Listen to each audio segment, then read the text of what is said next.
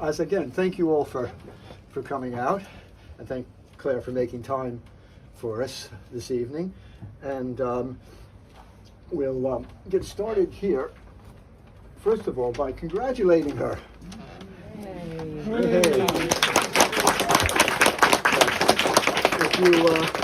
If you weren't aware, she was shortlisted for the Women's Prize, which is something in and of itself, but now has won the Costa Novel Category Award, which is quite something in itself, and puts her in running for the Costa Overall Award, which would be something, wouldn't it?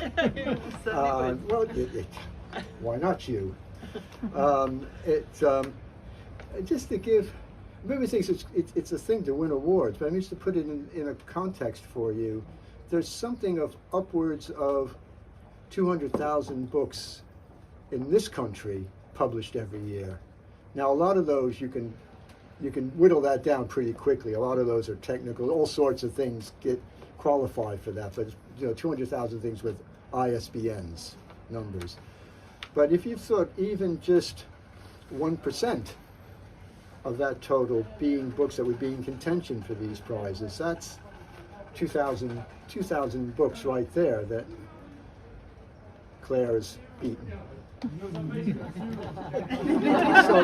So it is a thing. It's a pretty prestigious thing. It's well done, and it does. There's a lot of prizes about, and everybody says, it shouldn't be prizes, or the booker is not reliable, all these sort of things. But it is a thing to win one, and I think it does show that quality does win out. Maybe not in terms of the Women's Prize, but so, Baronelli's a lovely novel. But Kate, so that's my wife. Claire has one other thing. Her first novel won the Desmond Elliott Prize, so that was right off the blocks with an award right there. And then she's won a few short story awards as well too, which we're going to talk about a bit later. Anyway, well done, and I'm sure you're thrilled that you've won. But I was also wondering if that sort of thing, and going right back to our endless number of days winning the Desmond Elliott Prize, does that feel like pressure on you? Pressure for the next book, you mean? Yes. The book after? Yeah. Well, with our endless number days and with Unsettled Ground, by the time they won the prizes, I had already written the next book. So that pressure is taken off, because it takes 18 months when a book is sold to a publisher for it to actually be published. What am I going to do in those 18 months but write another book, really? So I have the first draft, more or less, of book 5, and with Unsettled Ground I had more or less written the first draft, at least, of Swimming Lessons, the second novel. So I can remove that pressure, but I think there's pressure from readers. I do feel that, because I get lots of emails and lovely messages saying that they love my work and they can't wait for the next one. I'm thinking, the next one. Well, all 4 of your novels have come from different angles, as it were, and so I guess having one already in the bag when the award happens means that you're not facing that thing. Should I write another Unsettled Ground? Should I write another Our Endless Numbers Days? But they do come. So I don't know whether you feel pressure from readers that they want you to repeat the same story. Well, if they do want that, they're not going to get it. They want Jack Reacher rolling into another small town where the villains are having their way, and yeah. But I think if anybody has read all 4 novels, I think they know that there are some similarities, but my subjects are different. The same characters don't reappear. They are completely standalone novels. Yes, I'm going to actually come to that later. It raises an interesting question, but I just first wanted to talk about how your novels do come from different places in a sense, because I know the hardcover of Unsettled Ground, which I have here, the blurbs on it were referring to bitter orange. Is for instance, from the Times, Fuller creates an atmosphere of simmering menace with all the assurance of a latter-day Daphne du Maurier,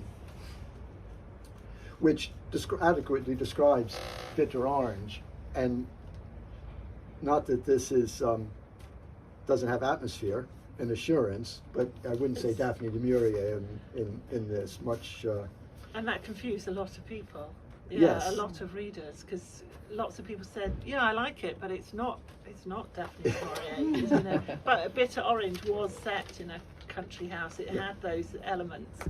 I think they should not have put that on the cover, but they decided to. Penguin decided to. Yes, I'm aware this, the publisher did this without. Well, you wonder whether the people doing the design on the cover bothered reading the novel first. But I do know that when they do these blurbs, they tend to pull reviews from previous work, which doesn't always, as you can see, doesn't work out. Much reassuringly, the paperback version does not have those quotes on it, so no one need to be confused. But I would say this Unsettled Ground does come from, I don't know, say tradition? Certainly within the realm of Thomas Hardy and Laurie Lee and such like that. And I'm just wondering, how much referencing you did while you were writing to Well, this, or did you recognize it at some point saying, ooh? I did no referencing to Thomas Hardy or Laurie Lee, although I love both those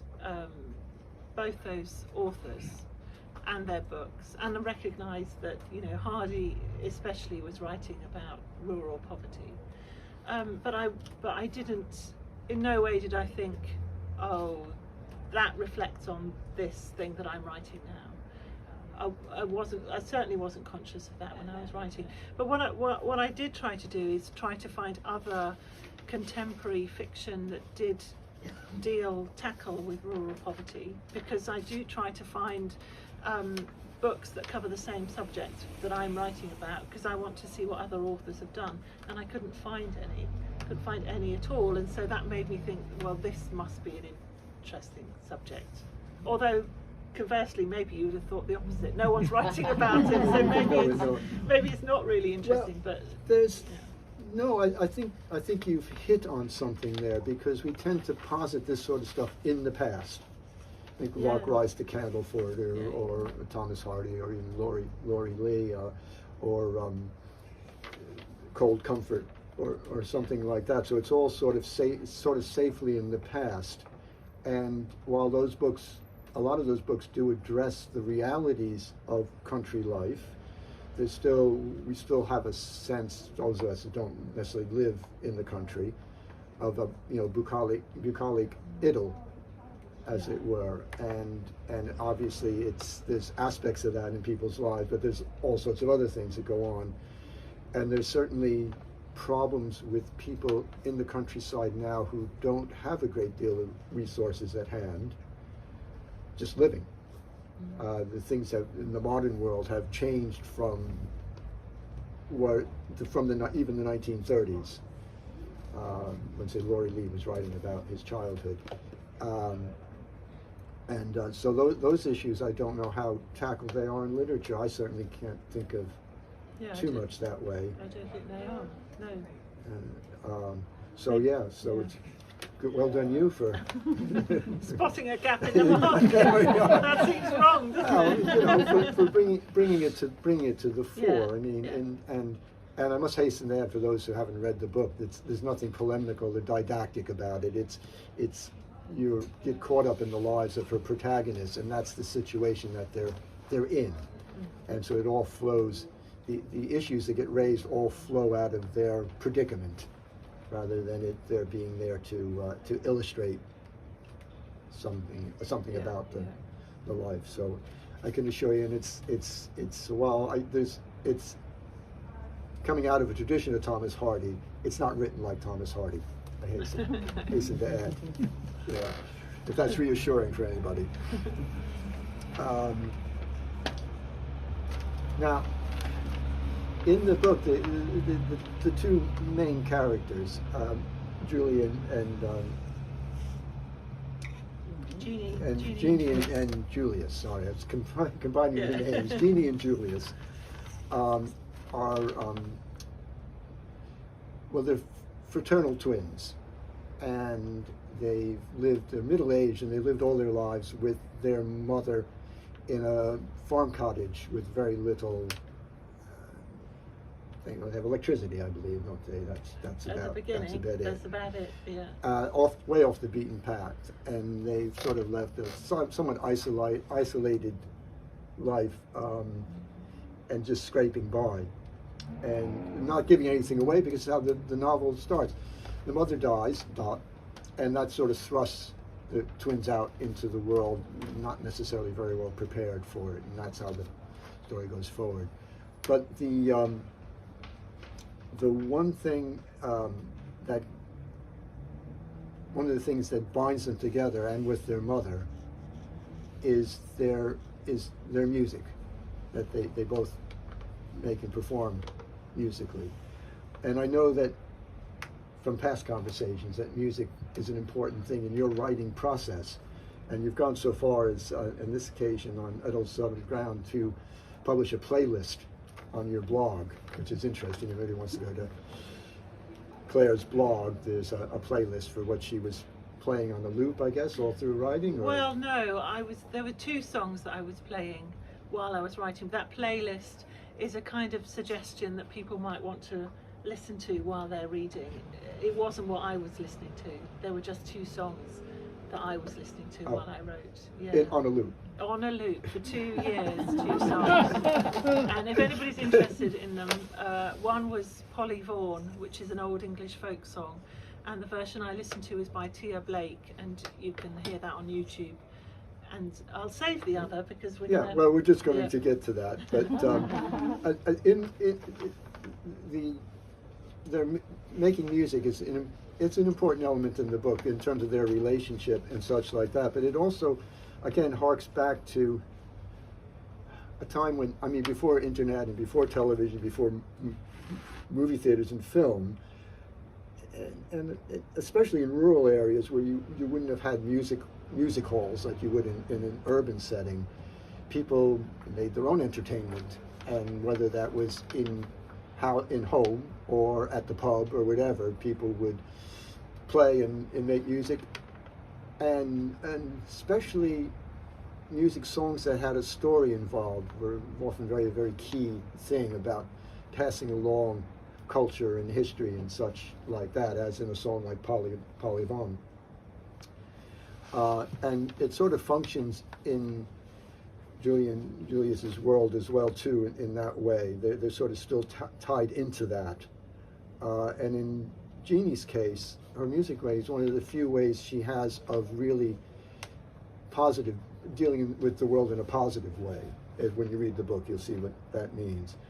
But in the book, there's a section where there have, as I said, the book starts with their mother having passed away, which I'm going to talk about a little later as well too in other regards. But they're having a wake at the cottage.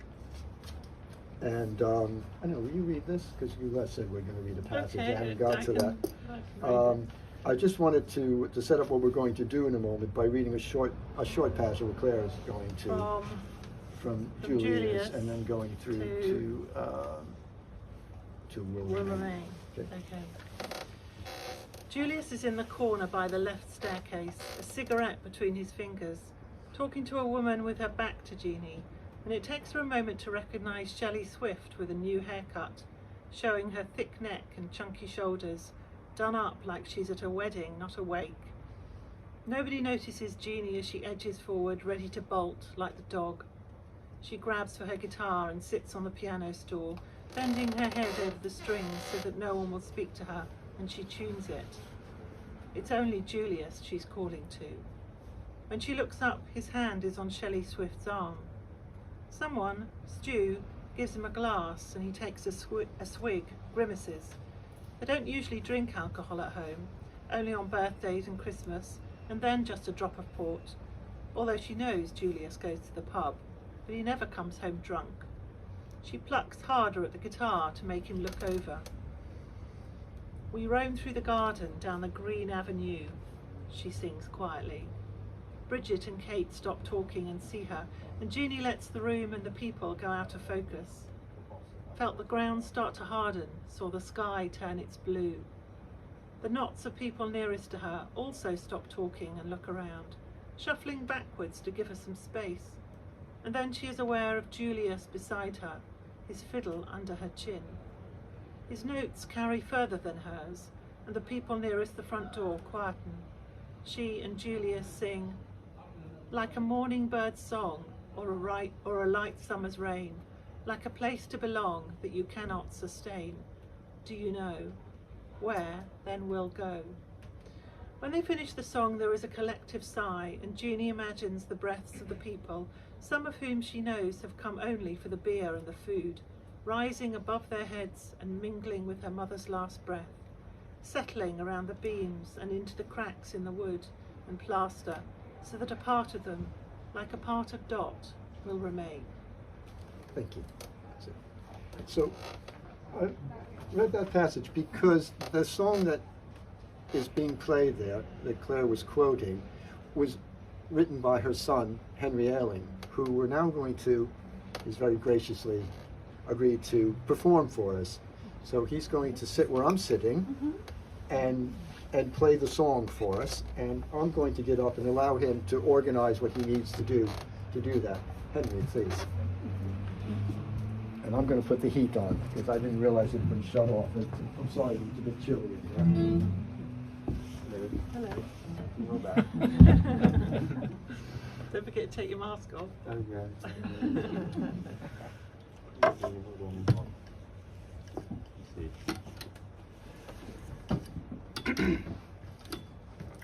La la la.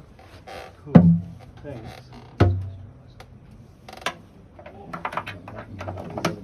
Just where I'm sitting is cold. Mask. Okay.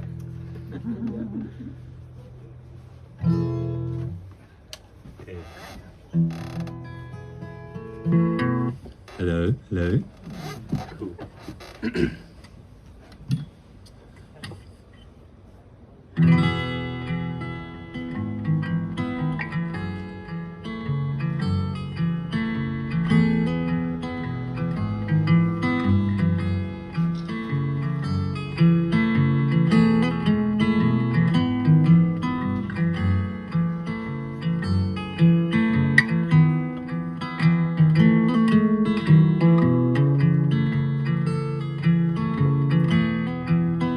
Run through the garden, down the green avenue. We felt the ground harden, we saw the sky turn its blue, like a morning bird's song, or a light summer's rain, like a place to belong that you can't sustain. Do you know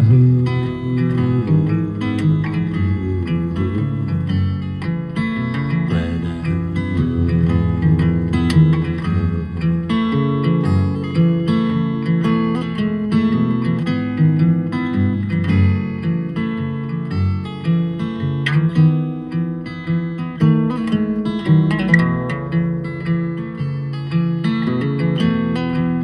before our singing is through and our voices lie broken, before the silence speaks true and all the lies we let have spoken. For here we will stay though that live down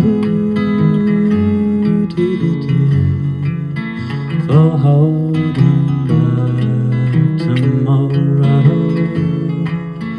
Do you know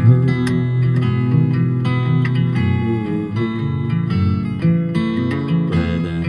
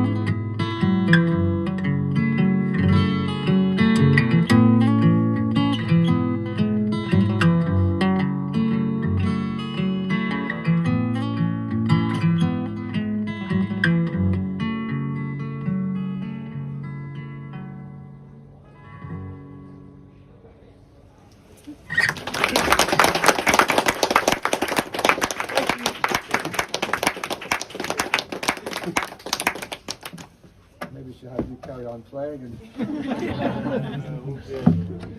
I'll be out your head in 2 seconds.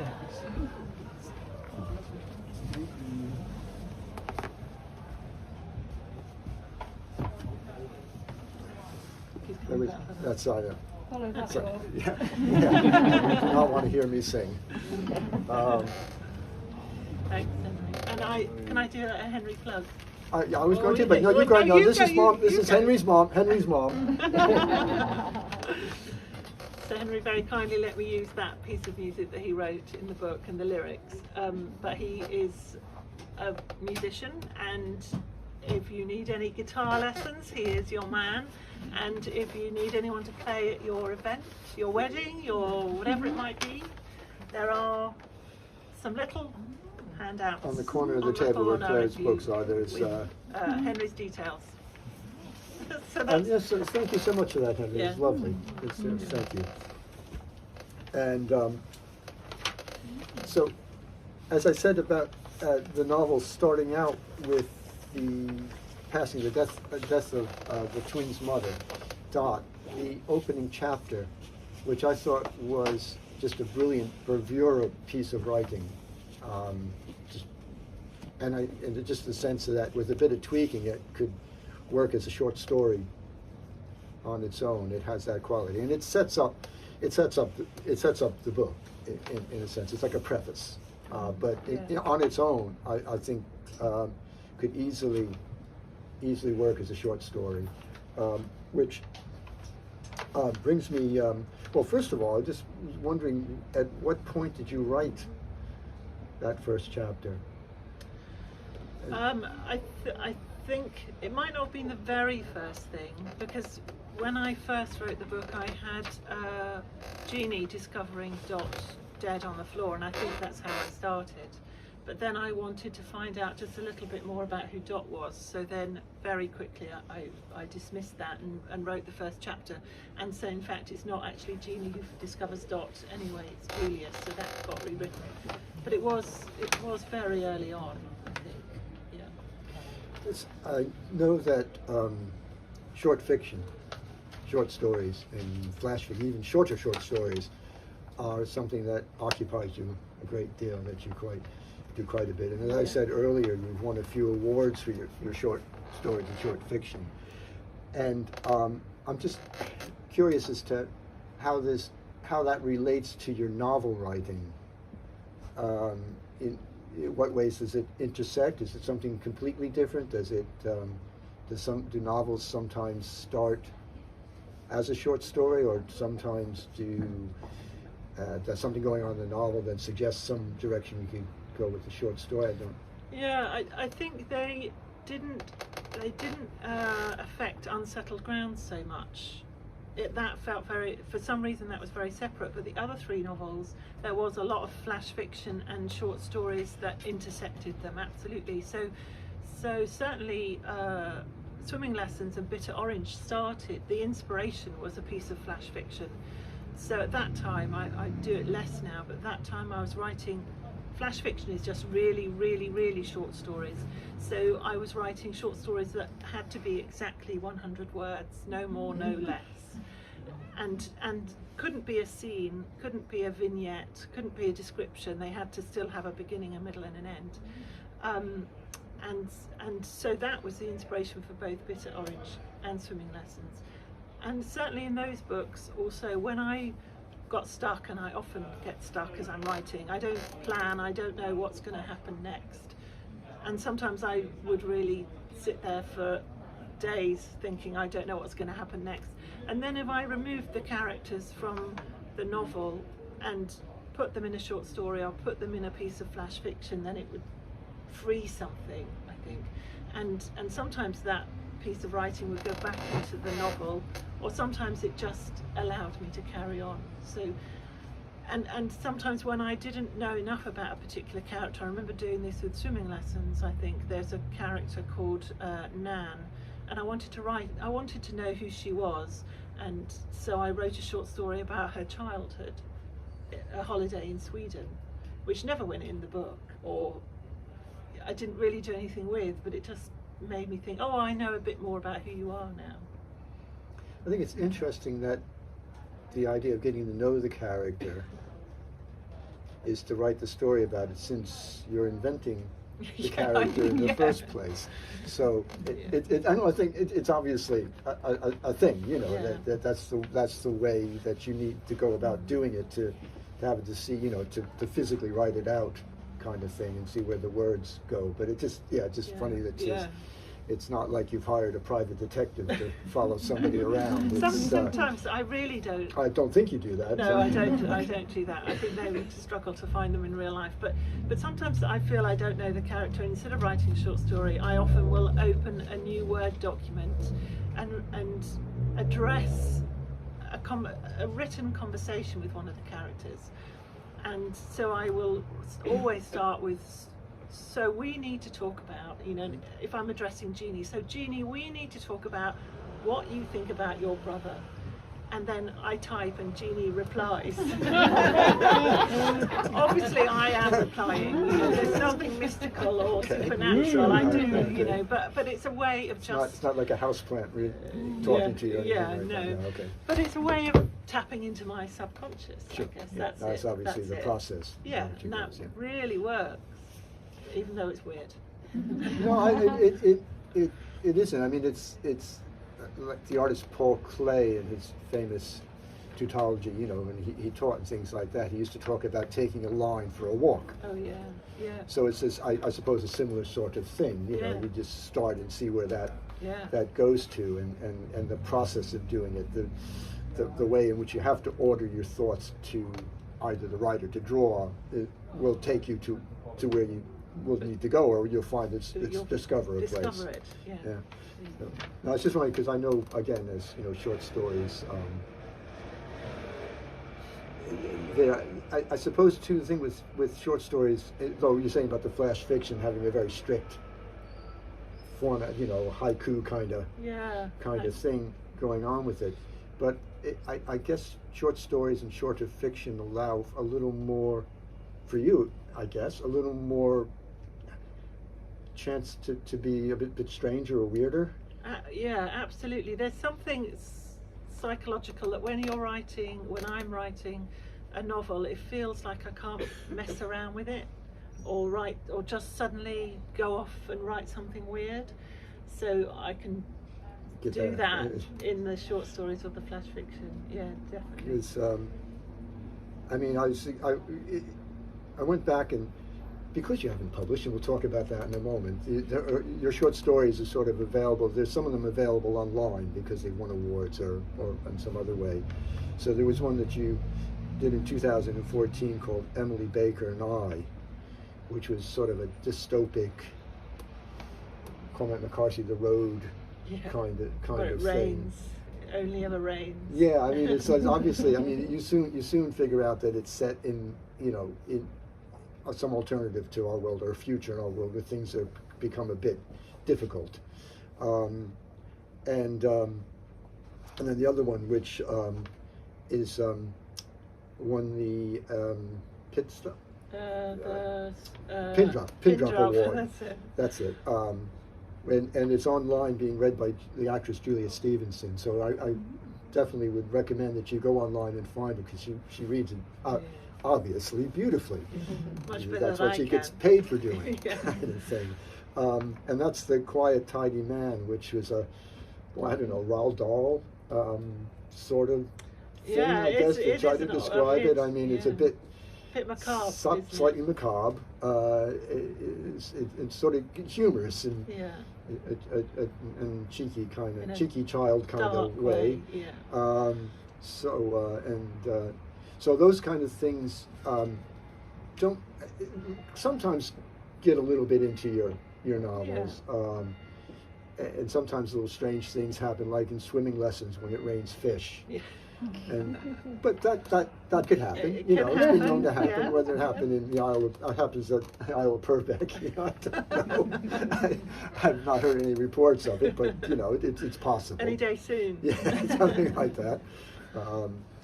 And certainly in your first novel, our Endless Numbered Days, there's a slightly strange and dystopic kind of thing. I mean, the father in there is a survivalist, and he sort of fantasizes the end of the world, and he sort of in some ways makes it actually happen, at least for him and his daughter. So it did seem, I don't know, that's around the same, Emily Baker and I must have been around the same time you were writing I that. think it must have been. So that might have been one of those occasions when you I worked was out something. into dystopia then. Still am, really. Well, it's, you know, we're doing our best to provide you with material, apparently.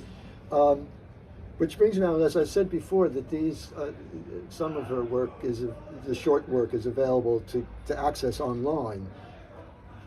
Do you have any plans to publish short stories? I do have a plan. I am going to submit a collection to my editor at Penguin, but I don't think she actually knows that yet. Well, no.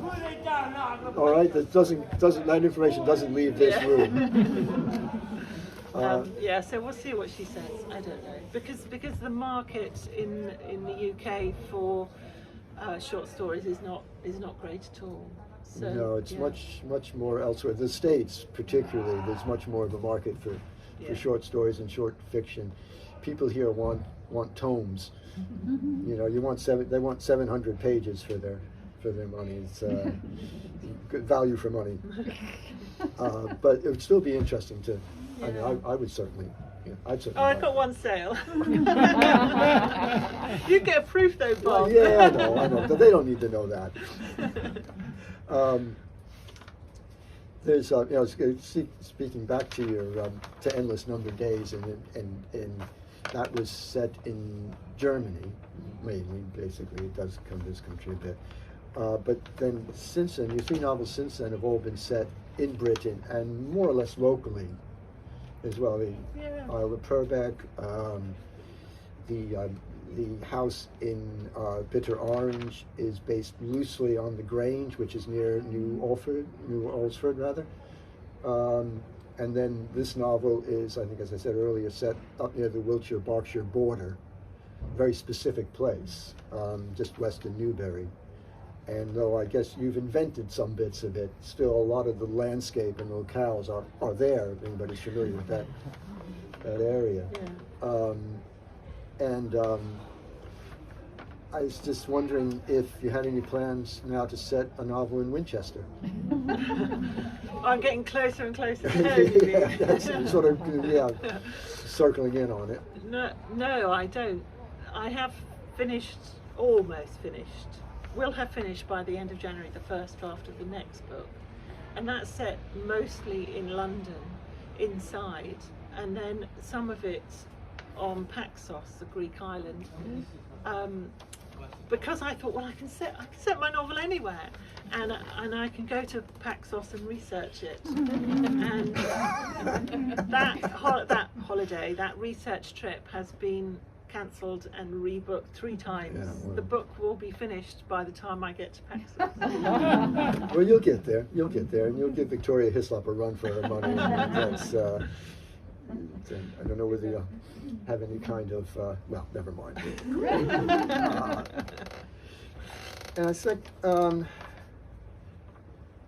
there's, just getting back to your novel writing and sort of, as opposed to the short stories, which take as long as they take, but one would imagine that they come fairly quickly, I guess, or... They come fairly quickly. I find them much harder to end. So actually, they get revised. They take longer because I go back to them. There's more polish. They have to not polishment, because that doesn't sound right. I mean, kind of. Yeah. It's I think you have to be more. You have to make sure that. Well, less is more. Let's put it that way. I mean, in terms of, say, visual art, the less you have going on in it, the more abstract it is, the more important those elements are, and the more they have to work. You can't fudge the things. So I expected. Suggesting I fudge things in a novel book. I think you get the opportunity to distract the reader with things, say, well, now just what's going on over on the other side of town. Yeah. Oh, look over there. While I try to figure out what's going on with my characters.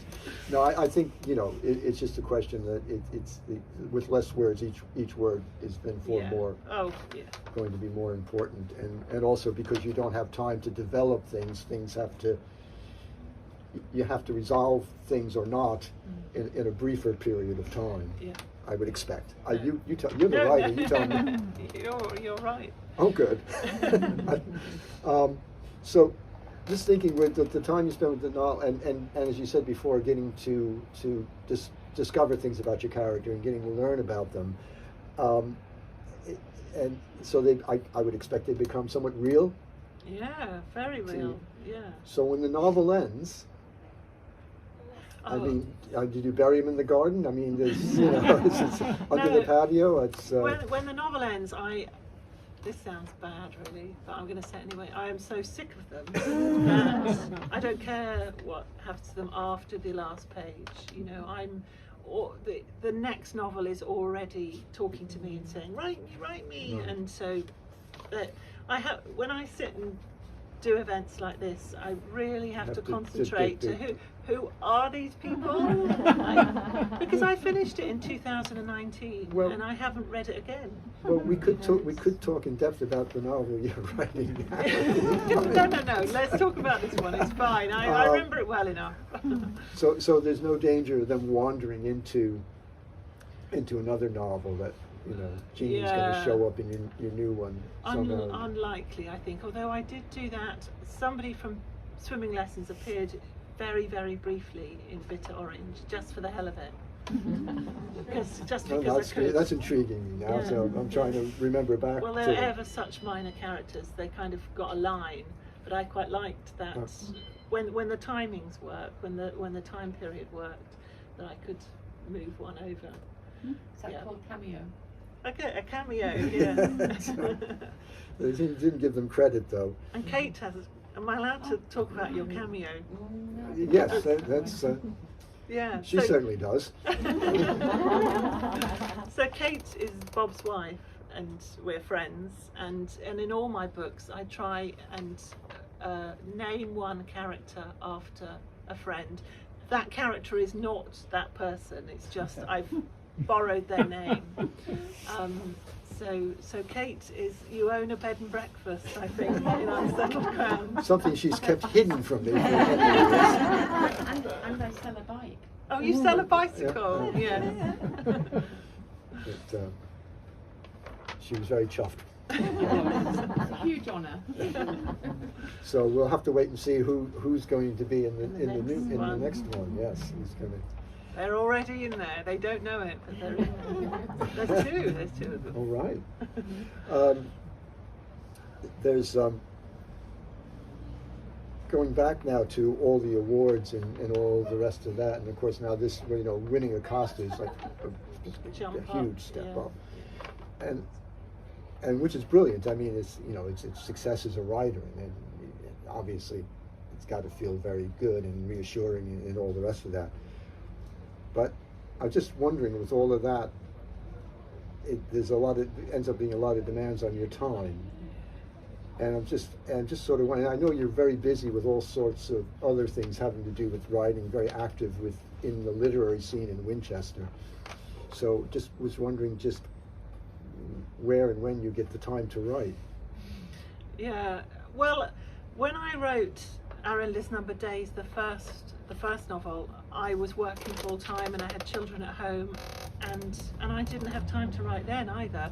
So I wrote in 10-minute bursts, because that's often all the time I had.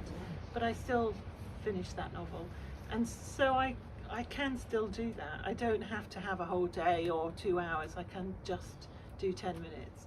But sometimes at the moment I haven't even got 10 minutes because... So you can compartmentalize that sort of thing, just pick up, say, oh, I'm writing now, Yeah. and just pick up where you left where off. I left off. Or what happens is I'm thinking about the novel constantly. Right. And so when I go back to it, I kind of already know what I want to work on, what I think I So need just to a question now, change. writing it down before you lose it. You forget it, yeah. Is because I know everybody's writing practice is different. Yeah. You know, so some people just you have to have a special place to do it, and everything has to be organized sometimes. But you can sort of do it wherever, whenever. Yeah. But I mean, I was meant to deliver to my agent the next book in the first week of January. Well, that hasn't happened. So we've renegotiated the end of January. Okay. So I'm still hopeful. So you're that close Yeah. to it's just the final. Yeah, it really is the final little bit. Because I know when we've spoken in the past that you find the actual writing part of it a bit hard and mature, but what you really enjoy is the editing process. So it's having this great mass of material and then honing it, playing it down. Do you ever find yourself in that case being stuck with a situation where you'll have a passage or something like that you just really, really like, but it's not working? Yeah, and you just have to cut that, and sometimes that's hard.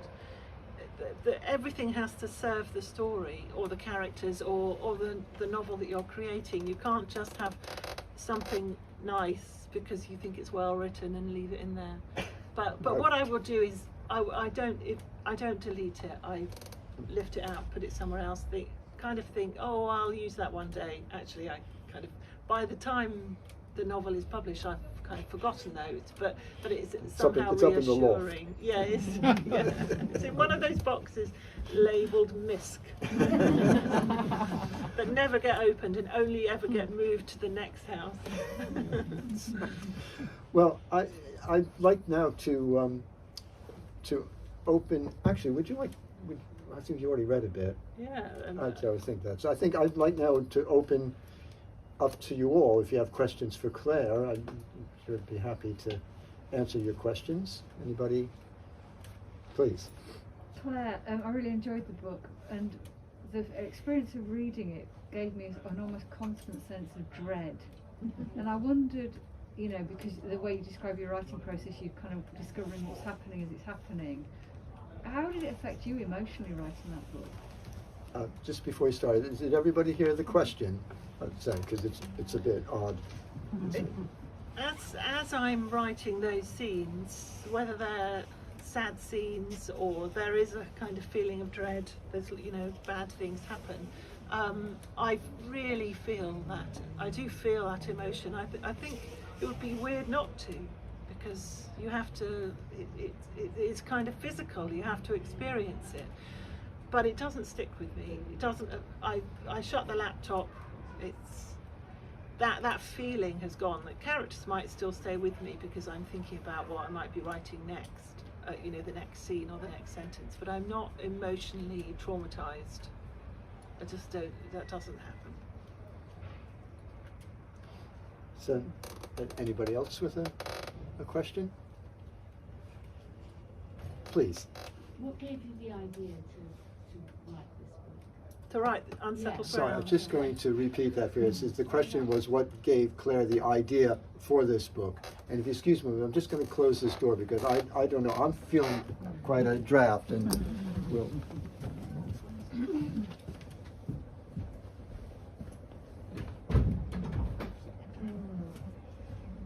Sorry about that, please. Yeah, we can actually, as well as the music in the book, that some of which Henry provided, we can also kind of thank him, blame him for the inspiration too, because he came across a caravan in some woods near Kingsworthy in Hampshire, that was on some of his friends' land, and it was falling apart, dilapidated, vandalised, very, very small two-person caravan. Obviously had been there many years. Somebody had lived in it and had left it, and it was really smelly and green and not very nice. Anyway, Henry found it and came home and said, "Mum, I found this amazing place. You've got to, I know you'll love it. You've got to come and see it." And because he knows I like odd, weird things, and so we went out there, and it was so atmospheric. It is an amazing place, assuming it's still there. Quite a long way from a road with trees growing around it, very kind of claustrophobic and unsettling and atmospheric. And it just started me thinking, who had lived here and how had they managed? There was no electricity, no sanitation, no outdoor loo even. And what in their life had taken them to that place, and what was their life when they left? You know, did it go downhill from there, or did they kind of get themselves together? And in my head, the person who was living there was Jeannie.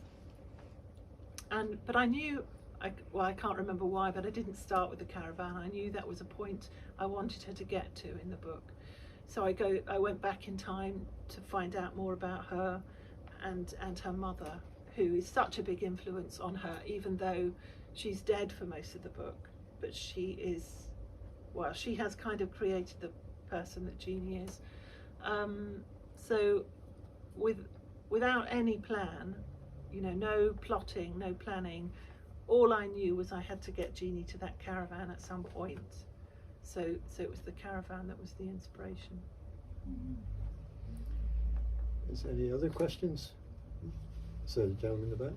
How do you know when you've finished the novel? If you can't hear, I haven't heard on that side, how does Claire know when she's finished the novel? I can feel it coming. I can't explain that, except that, you know, I'm 2/3 of the way through, and it feels like things are beginning to be tied up, and I'm thinking, oh, this could happen or that could happen, and I write that and it's not quite right, and it answers some of the things earlier, and I try different ways, and I never have a problem with knowing when it ends, but it is hard to explain how I know that, but it just seems to come. There is some kind of arc that I can almost see visually, that, you know, it starts here, there's a crisis, that's resolved, their lives are changed. How are their lives changed? What's their new reality like? And that is the ending. But having said that, I wrote this ending. I won't say what it is, and I gave it to my agent, and then she gave it to I gave it to my editor, a Penguin, and she said, "You've got to make this ending happier." So I rewrote it and made it happier, and she said, "No, happier still." happier, Claire, and it's still not a very happy ending, really. It was very bleak to begin with.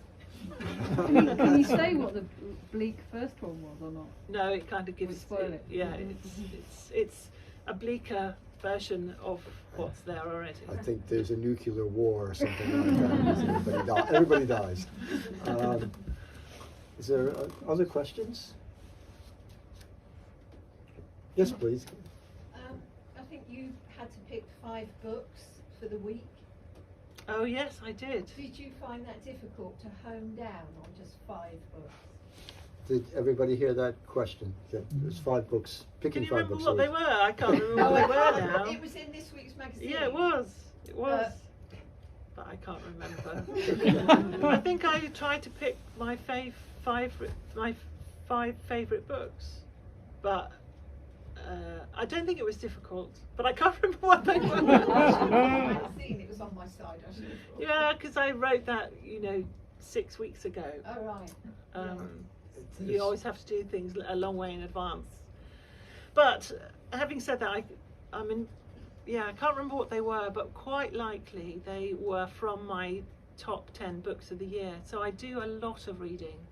I read maybe, well, I know exactly how many. I read 96 books in 2021. And then at the end of the year, my husband and I, who's here somewhere right at the back, He's hiding in the back there. we do our own top 10 books of the year, top 10 reads of the year, and then we post that, or I post it on my website and on social media. And I also have my top 3. So they were very likely to be from my top 10, I think, which actually made it easier, much easier for me to know which ones to include. I sometimes agree with them. Yeah, everybody has their top 10. Yeah, there was Tim's top 10 were completely different to my top 10. Apart from one, we shared one. So I will give you this as a recommendation, which is let me get it right in the right order. Snow Dog Foot. It's just 3 words, and it's by an Italian that I can't remember, Claudio Moradini, something like that. I'd highly recommend it. I rather suspect we don't have it in. You're gonna So, have to but get- we can order it. It's, yes, please. Have you always read so voraciously? Did it start as a child? It started maybe when I was about 10, when I discovered libraries. And I did read a bit before then, but yeah, so everywhere that not that I've moved around a lot, but as a young woman, I would always go to my local library and get out the full quota of books that you were allowed to get out, and I would choose them completely by their covers and take them home and give them 4 pages and then reject them. And I read a lot, and I guess discovered my taste. Because they were libraries, it didn't matter that I could just reject them very quickly. Yeah. Are there ones that you've come back to later in life that you tossed aside after 4 pages? I wouldn't remember what, No, the right. ones that I rejected never stay in my head, so I'm not sure what they would have been. Because I'm firmly convinced there's certain books you need to read at a certain age, and Yeah. before and after that age, that Yeah. depending on the book, they're not going to work. No, I mean, no. And if I reread books that I love as a child, it doesn't always work. Yeah, no, I've made that mistake Yeah. going back. But there's things like, I don't think something like Catcher in the Rye I'd be able to deal with now. I think you need to read that at a certain age, and when you're, adults are such phonies. Yeah. And then I guess there are certainly, I can think of many books now that you need to have lived a bit before they really work. Yeah. Sorry, there's a question in the back there. When was it that you knew that you wanted to write? That question was, when did Claire know that at what point did she know that she wanted to write? Well, I didn't start writing until I was 40. I did a bit of writing at school when I was 16 and enjoyed it, but it just never occurred to me that I could be a writer. They were people from a different planet, really. That's kind of, I didn't know any authors. I just didn't see that as a possibility for me. But I studied art and I went down that route, thinking I was going to be an artist. Ended up in marketing, and then started writing, as I said, when I was 40, started writing short stories through a long, convoluted reason, but kind of accidentally almost as well. And then I decided to do an MA in creative writing, and then I wrote the first book on that course, and Penguin bought it, and I was, what? You know, How easy, right? nothing to it. Sorry, there's a question back there. Can I ask you, firstly, because you said you were writing in 10-minute slots and a book is such a long project, how did you ever doubt, or how did you keep going on the long project, or did it just happen? And how is it Penguin for the first book? Was it kind of through an agent, or did you approach it with other developers? Okay. just for the case you didn't quite hear that, it was a question about Claire's writing in short bursts and how she kept that going over the long period it takes to write a novel. And the second part of the question was about Penguin discovering the book, basically. I don't really like writing, and I find it very, very difficult to keep motivated through a novel. And there are lots of times when I think, I don't know why I'm doing this, no one's going to read this, my poor husband has to suffer those kind of complaints. But I have I always feel that, but now that I've written 4 and had 4 published, I anticipate that, and I can kind of talk myself through it. Well, you know, you felt that before, but you finished the book and it got published, so just keep going. You know, that kind of self-motivational talk, and lots of other little things that I do. Just come on, just one more page, and then you can have some lunch. You know, all that kind of stuff. But what I really love is editing, as Bob said. So once the words are on the page, then I'm really happy to spend a long time with it, making sure they're right in the right order and that it all works. So that's kind of the first part of your question. And then, so on my MA, I learnt about the publishing process, that if you want to be traditionally published, you have to get a literary agent first. All big publishers will not accept manuscripts straight from the author. They just don't work like that. So I knew I had to get an agent first, and so I submitted the book or the novel to several agents. And what happens next is they then ask for a full submission. So you just submit usually the first 3 chapters or the first 10,000 words. And then if they like those, they ask for the rest of the novel, or they reject it. So I sent it out to, I think, to about 12, and I got a couple of rejections and a couple of requests for full submissions, one of which read it really quickly and said, will you come to a meeting in London? And then she said, I love this book, I want to represent you. And I just said yes, because I really liked her.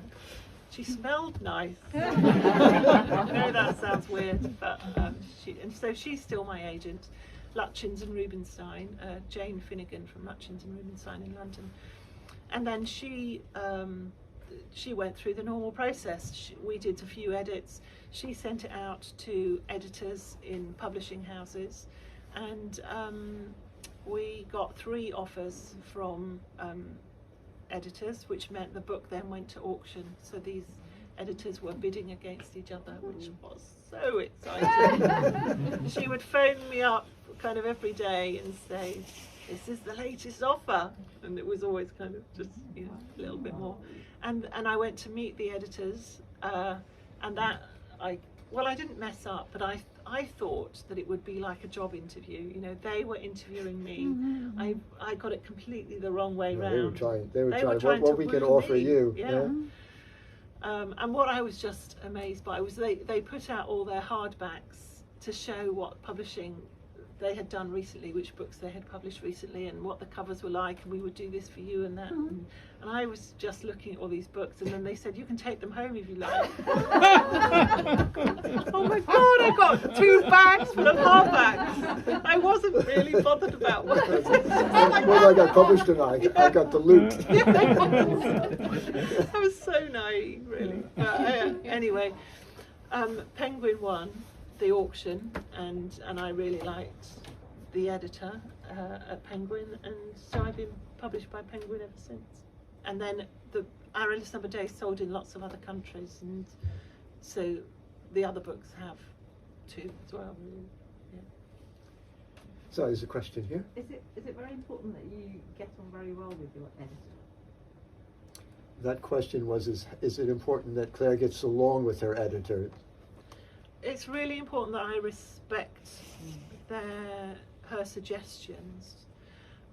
So all 4 books were edited by a woman called Juliette Annan from Penguin, who's quite a scary woman. She is a scary woman, but I liked that because it actually meant, you know, when she really liked something, you knew it was completely genuine. She did really like it, and but when she didn't, you knew. But she has now retired, and so I have a new editor who seems absolutely lovely and incredibly supportive, but I have not actually worked with her in an editing capacity, so we'll see what happens with the next book. Yeah. Sorry, did you have a Yeah, question? it's okay. Claire, winning the Costa, what has that done for you, and are there any downsides to that? That, if anybody's not heard the question, is winning the Costa, what that's been like, and are there any downsides to it? Well, it is amazing and flattering, and I look at the list of the Costa novel winners over the past 50 years, and there are just so many amazing names, and I can't believe that I am on that list, you know, with Hilary Mantel and Colm Toybin and lots and lots of, I can't remember them all, but you know. So it is, it's a wonderful thing, and it was announced on the 4th of January, but I knew on, I think it was the 2nd of December, wasn't it? 2nd? Oh God. When we went out to dinner. we were, and then they knew. And I wasn't allowed to say. And then when Claire's book was shortlisted, they said, "Oh well, we knew at dinner, but we couldn't say." But in actual fact, they knew she had won. It wasn't just she was shortlisted. So she's, you know, if anybody needs like somebody to go undercover, you know, and be a spy and things like that, I could actually work as a couple, couldn't you? I mean, you know, they're available for espionage. But What difference will it make, Claire, that you've won it? I think it will make a massive difference to my career. I think when you have a book published, the publisher generally has a budget of about, in terms of time, 6 weeks after the publication. They will appoint a publicist, and they will work with you for about 6 weeks in terms of promoting the book. And that was a shock to me with the first novel, you know, that after 6 weeks, that's it. You're on your own, or the book sinks or swims. Yeah. But now suddenly there is a whole new publicity budget, massive publicity budget, and you know, every day I'm being emailed, you know, maybe 5 emails a day saying, "Can you do this? Can you do that? Can you write this? Can you go here?" And I'm saying yes to it all, but it means that I'm not writing the other I think book. that's the question I asked earlier, is that this is, you know, how does this impact on the writing? Yeah. But I can tell you, because I've done a fair number of these evenings, and I deal with the publicists at publishers, and they've been very keen on this one. You know, they get nothing's too good. You know, just which is nice. It's very, very nice, because They've it's all not what been I've been they've used been to. Very, very you know? nice. I can tell Yeah, you. yeah. But you are, well, I am expected to do a lot. So before this event tonight, I caught the 8 o'clock train to London and went round 14 bookshops signing, and got back at 5:30, and then came and did this. I'm not saying that to complain. You know, it's a wonderful thing that they laid on a car which drove me to 14 bookshops. A publicist had arranged with those 14 bookshops to expect me and to have lots of books for me to sign, and they were all delighted for me to be there. But I'm not paid for any of that. You know, that's my time. I just give my time. They pay for the car, they pay for my train ticket, all that stuff. They pay for the wine tonight. They did, yes. Sorry. I should have mentioned that, but you know, your £3 went for the Doritos.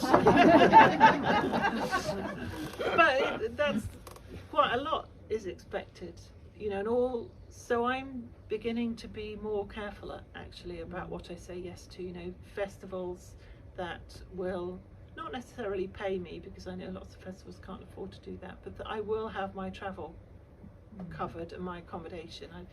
I feel now I should not be out of pocket, which I was before. Yeah. Is there any further questions?